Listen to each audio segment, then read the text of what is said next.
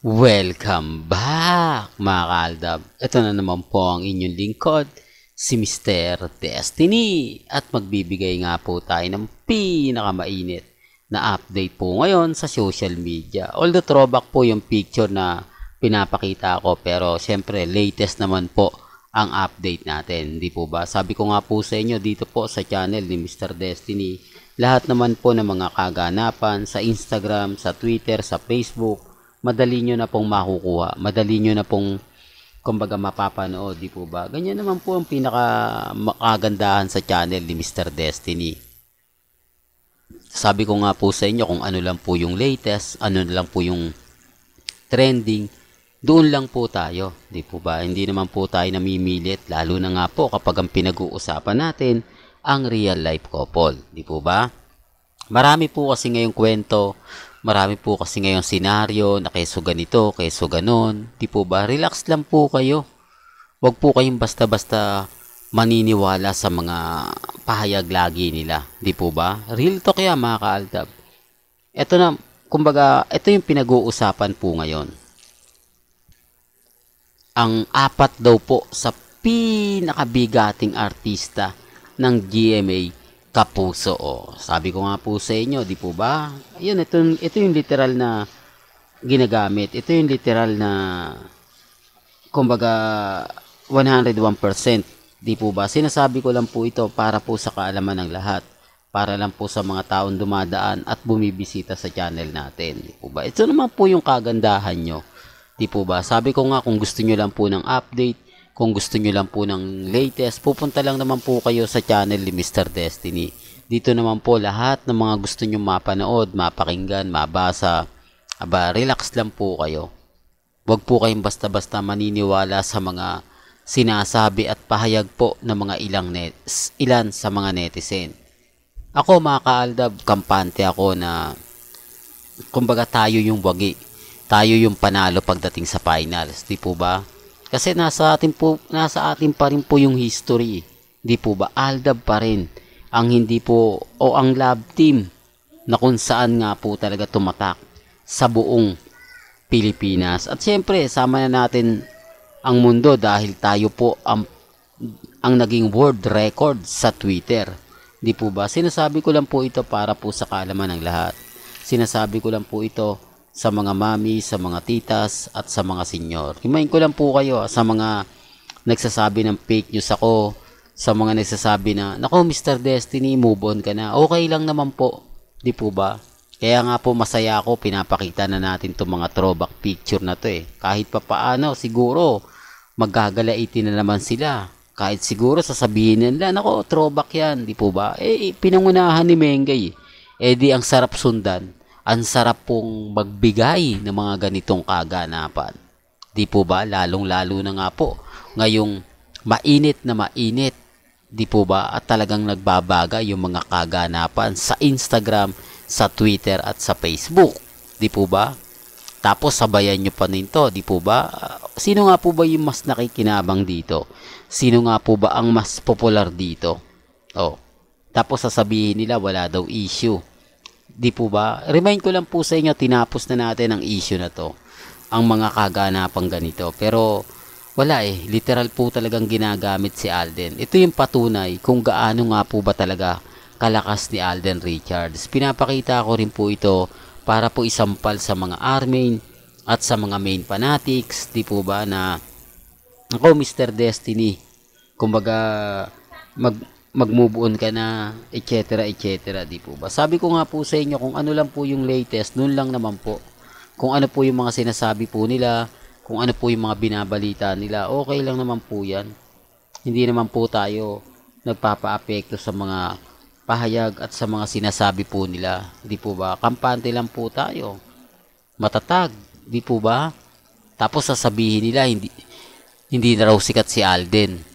Remind ko lang po mga kaaldab sa mga nagsasabi ng kumbaga ganito, alam mo na kung sino, di po ba? Ang mga main fanatics, apektado sila kapag pinag-uusapan si Alden. Sinasabi nga po nila na gagamitin si Mengay. Tayo na lang po, ako na lang po magpo-post patungkol po kay May Polkerson at kay Richard Polkerson, di po ba? Ang dami kasing mga bali-balita, ang dami pa kasing mga sinasenaryo na keso ganito, keso ganon, di po ba? Alam niyo sa totoo lang po mga kaaldab, napakarami pong update, napakarami pong ganap na dito nyo lang po talaga mapapanood at dito nyo lang po mapapakinggan sa channel ni Mr. Destiny. Di po, real talk mga kaaldab. Pero bago tayo magsimula, kung bago ka lang sa channel na to at isa kang true-blooded Aldab Nation na nagmamahal po kila Mengay at Isoy, tama po ang channel na pinuntahan mo, kaya consider na po kitang bagong subscriber at huwag mong kalimutang i-share ang mga video po natin sa mga mami, sa mga titas at sa mga senyor. Sa totoo lang po mga kaaldab, ano nga po ba laban nila Barbie, nila Sanya patungkol po kay Alden Richards? Di po ba? Kung sikat nga po talaga sila, bakit kailangan po nilang gamitin pa si Alden? Bakit kailangan pa sabihin nila na ito ang pinakasikat ngayon sa GMA Kapuso? Di po ba malaking sampal to sa mga artista ng GMA katulad nga po nila Dingdong Dantes, Dennis Trillo at yung iba pa? Di po ba ganyan po sila kabayas, ganyan po sila ka-updated pagdating po sa Instagram, sa Twitter, sa Facebook? Alam po nila na kasi pinag-uusapan to, ito muna tayo, dito muna tayo pumokus.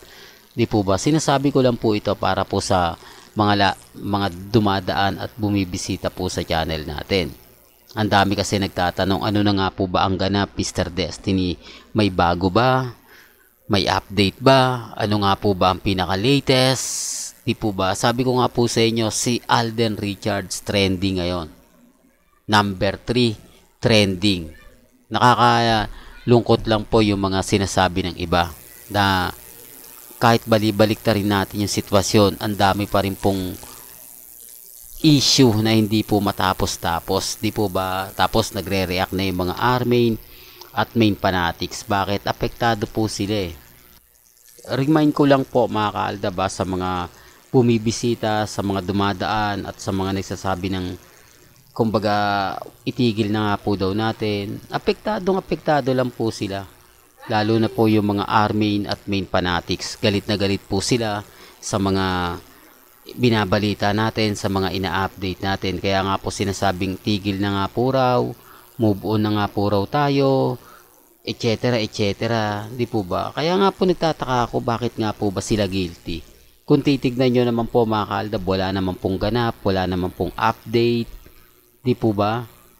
Kasi nga po nahalungkat si Mengay. Galit na galit ang main fanatics kapag si Mengay na nga po yung nagiging topic natin. Siyempre, pabor na pabor sa Aldab yan. Masayang masaya tayo dyan. Di po ba? Tapos, ipapakita ko pa po itong mga throwback picture na to. Talagang galit na galit yan, 101%, di po ba? Tapos papakita pa po natin na ginagamit si Alden at hindi po si Alden ang nanggagamit, di po ba?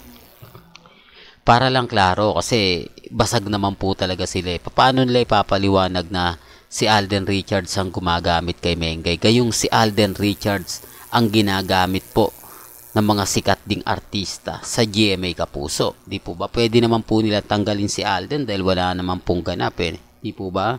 Wala namang pong teleserye si Alden. Puro pelikula siya.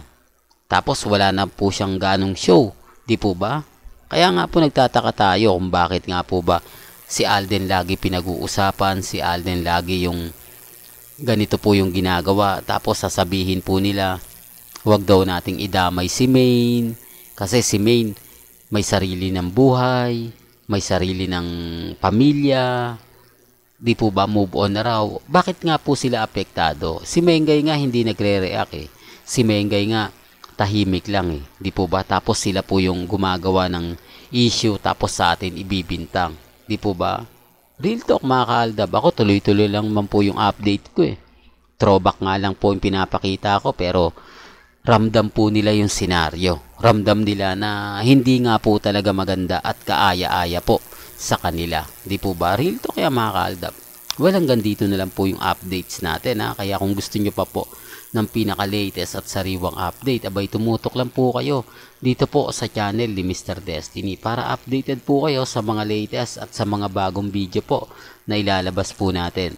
maya-maya lang. Hanggang sa muli, salamat po sa panonood at pakikinig.